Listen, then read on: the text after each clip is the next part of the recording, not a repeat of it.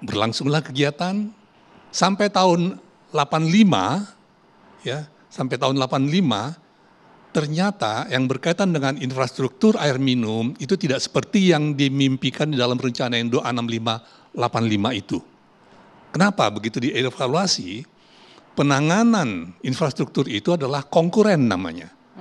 Dia menjadi tanggung jawab pemerintah pusat, dia tanggung jawab pemerintah provinsi, dan juga harus ditangani oleh kabupaten ataupun kota.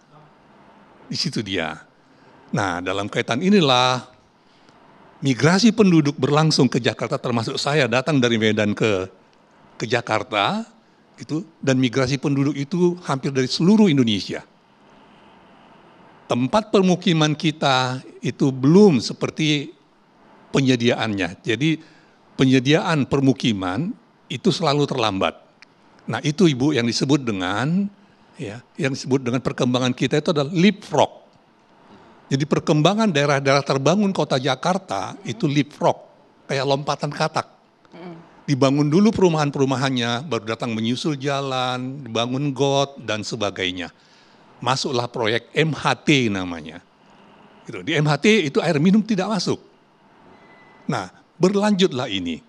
Maka Jakarta itu disebut dengan urban sprawl.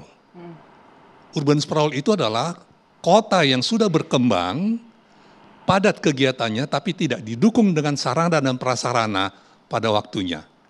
Sehingga sarana prasarana itu selalu datang menyusul. Dan implikasinya pasti akan mahal biaya untuk itu. Dinas Pekerjaan Umum DKI itu sudah mempersiapkan rencana sarana prasarana dalam skala 1:1000. Tapi kalau dokumen itu diterapkan di lapangan, masalah sosial yang muncul. Di situ dia masalahnya. Nah, berkembanglah terus Jakarta ini dengan leapfrognya, urban sprawl-nya, maka sebenarnya Jakarta itu bukan megapolitan, tapi conurbation. Conurbation adalah kota besar, ya, kota induk dengan kota-kota di sekitarnya sudah bergabung, menyambung, tapi berdasarkan rencana masing-masing. Bekasi merencanakan membangun sesuai dengan rencananya, Depok begitu, Tangerang begitu dan sebagainya. Ya, infrastrukturnya selalu terlambat nyambung. Itulah yang dimaksud dengan conurbation. Dan dilanjutkan lagi, a fat conurbation is ungovernable city. Jadi konurbasi yang gendut karena sudah ini itu ungovernable city. Dan inilah yang kami khawatirkan kalau ini berlangsung terus, sementara geomorfologi dataran rendah Jakarta itu adalah alluvial fan. Jadi Jakarta itu Ibu, itu adalah satu bentang alam yang ditutupi oleh alluvial fan, ya, dari Gunung Gede Pangrango. Jadi sungai-sungai yang asli itu tertutup. Jadi ada sungai-sungai di bawah tanah kita sekarang, tapi sudah tertutup. Muncullah sungai-sungai yang 13 itu lagi, dengan anak-anak sungainya. Nah, kemudian karena masalah kita tadi adalah selalu terlambat menyediakan air bersih itu, mau tidak mau, suka tidak suka, warga harus mengambil air tanah. Pengambilan air tanah ini mengakibatkan neraca air tanah Jakarta selalu minus. Dan akhirnya permukaan tanah di Jakarta. Masuklah air dari Teluk Jakarta ke dalam pada musim kemarau. Pada musim hujan, air ini tidak bisa mendorong kembali air tanah itu. Makin melebarlah lokasi-lokasi, klaster-klaster air tanah asin di Jakarta. Nah, inilah yang sudah dilihat oleh pemerintah kita sejak lama, dan akhirnya dari berbagai studi yang dilakukan oleh JICA, dilakukan oleh Belanda dan sebagainya, singkat cerita Ibu, lahirlah konsep NCICD. NCICD itu adalah membangun tanggul, ya, dan itu direncanakan tanggul fase A, fase B, fase C. Ya. Yang fase C ini nanti itu terakhir sekali, ya, kemarin juga sudah diingatkan oleh lupa saya dari pemerintah pusat juga Pak, ya, itu jangan sampai tanggul NCICD itu menjadi kolam air kotor. Justru dia harus menjadi tempat mengambil air bersih untuk beliau olah nanti dalam seawater processing. Baik, saya mau ke Pak Rahmat. Pak Rahmat, kalau misalnya secara ilmiah sebetulnya apa sih yang menyebabkan permukaan air tanah ini terus menurun khususnya di Jakarta?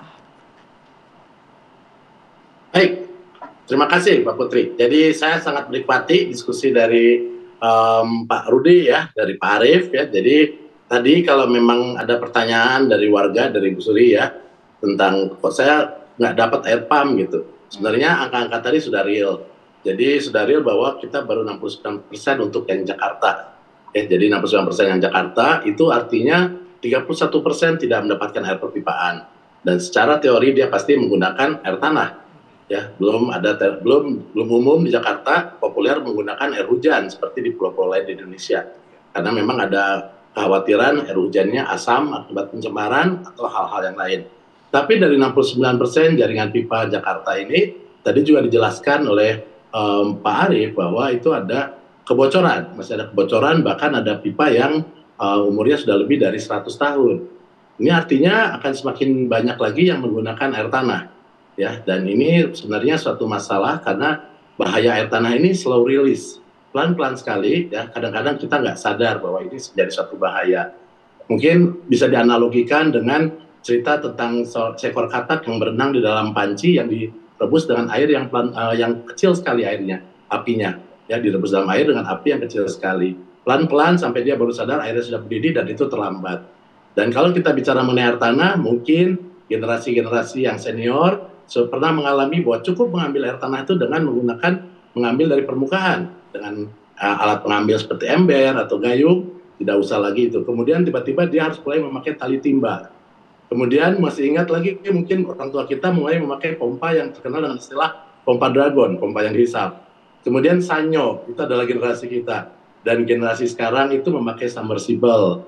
Bayangkan, mau sampai setelah submersible mau apa lagi yang mau kita pakai. Jadi pelan tapi pasti air kita terus menyusut, air tanah kita, karena memang pemakaiannya besar. Ya, jadi memang tekanan penduduk yang cukup bonus demografi Indonesia mengakibatkan pengambilan air tanah semakin meningkat dan juga pengambilan sumber daya air secara umum. Itu mungkin notnya. Apalagi kita punya masalah dengan perubahan iklim dan antropogenik. Ya, jadi dengan perubahan iklim dan antropogenik ini. Jadi airnya tetap, yang memakainya sama, ada permasalahan dengan kualitas yang juga semakin menurun. Tadi sudah diceritakan kenapa sungai di Jakarta tidak dipakai. Jadi itu yang menyebabkan air tanah sampai saat ini masih menjadi pilihan utama masyarakat. Dan ini yang mengakibatkan perluan air tanah terus menurun. Jadi itu sudah bisa kita lihat fenomena-fenomenanya, dan kita harus kerja keras supaya masyarakat ini tidak terlalu menggunakan air tanah yang over eksploitasi, karena air tanah ini cadangan terakhir.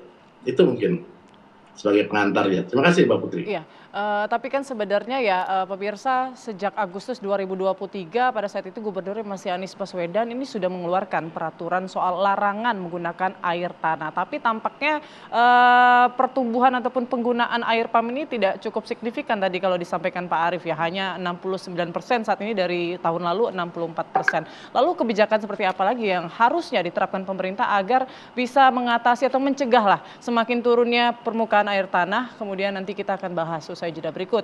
Tetaplah bersama kami.